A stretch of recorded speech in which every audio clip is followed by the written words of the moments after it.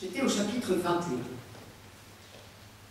Désormais, il va éprouver, comment dire, être affronté à une nouvelle épreuve que je n'avais pas prévue. C'est qu'il n'a plus d'explication. Et vous savez, quelquefois, qu'avoir une explication, ça nous aide. Il n'a plus rien. Il est tout nu, cette fois. Il est toujours aussi malin.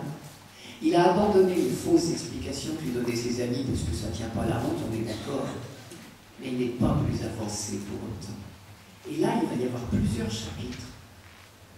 Il ne sait plus à quel sein se vouer, si j'ose dire.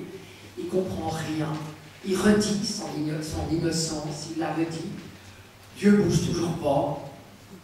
C'est très très impressionnant. Va arriver au chapitre 28 une très belle étape, justement, parce qu'il est tout nu. Il n'a plus rien. À ce moment-là, il va faire un chemin spirituel, et ça, vous devez le vivre. Sûrement, chez certains des gens que vous rencontrez. Moi, j'accompagne quelques personnes en ce moment et je vois des chemins étonnants. Un chemin, comment dire, d'humilité, d'aveu d'impuissance, d'aveu d'ignorance. Ça finira bien par le mettre dans les mains de Dieu, cette affaire. Mais ça passe par ce dépouillement ultime. Je reconnais que j'ai rien compris, que je sais rien. Les explications des autres, elles sont idiotes, stupides. Elles ne tiennent pas la route. Oui, mais moi, j'ai rien. J'ai plus rien. Il va se faire un chemin qui est magnifique, mais qui est douloureux aussi. Hein.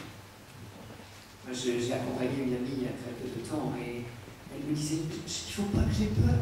Il ne faut pas que j'ai peur. » Elle savait ce qu'elle affrontait, elle était à la fin de son parcours.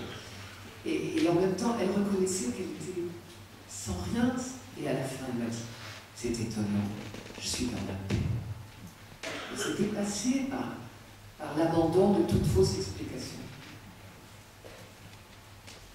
Donc cette troisième étape, moi je la situe dans les chapitres 28 à 31, dont on a entendu une grande partie.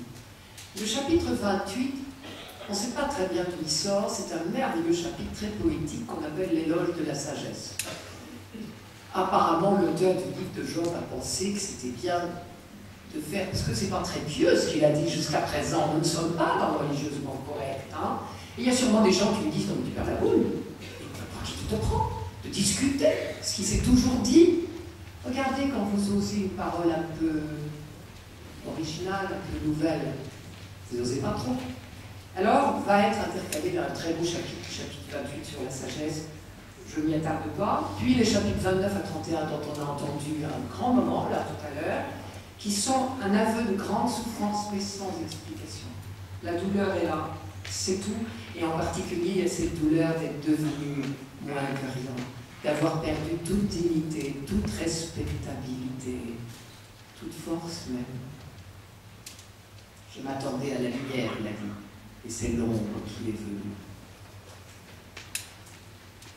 Et à ce moment-là, il va faire un véritable aveu.